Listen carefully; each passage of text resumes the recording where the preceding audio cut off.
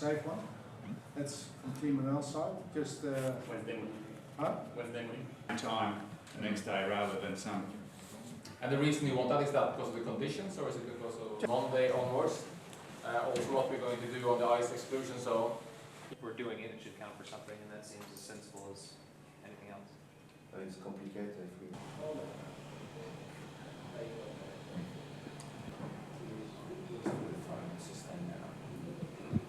Because that is Monday, yeah? That's Monday 6 o'clock in the morning. Yes.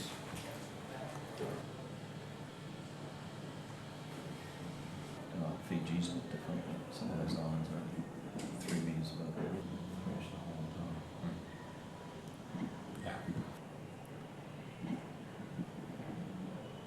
Well, there is a tropical cyclone named Pam, which is north of New Zealand, heading southeast, and we have been monitoring this activity for quite some time. It is a strong, big cyclone. It's covering a big area, and we have been looking at the timing if we needed to do something, when we needed to do it. And for us, the essential thing is that we don't place the boats in a situation where they have very few choices. During a leg, the boats normally have warning, and they have time and distance to make decisions about their strategy.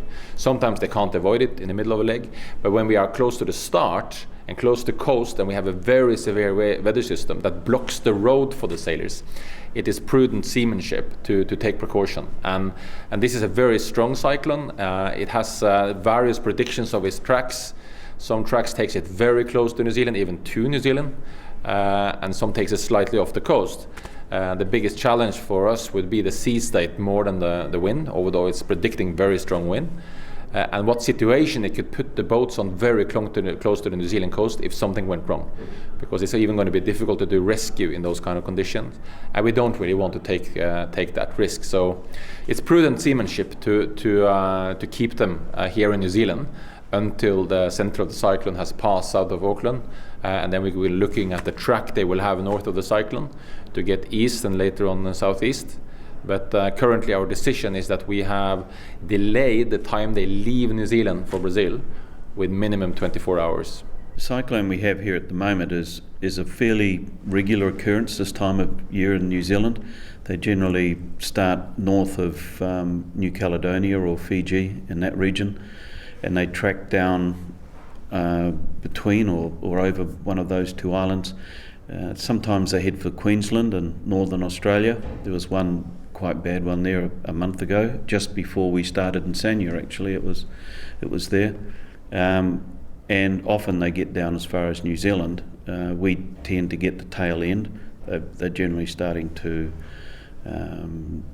get the effects of the cold water and various other things, but we quite often get a lot of rain and quite strong winds, and the damage that's done on the New Zealand coast, sort of Coromandel Bay of Plenty north, can be quite severe, and Pam is looking like she's one of those cyclones that we get every 10 years or so. We've had Bowler back in the 80s, which did a significant amount of damage in this area into the Coromandel and Northland, and if they decide to get closer to land like this, what this one could do, one of its tracks is right through Auckland, then we can do a significant amount of damage.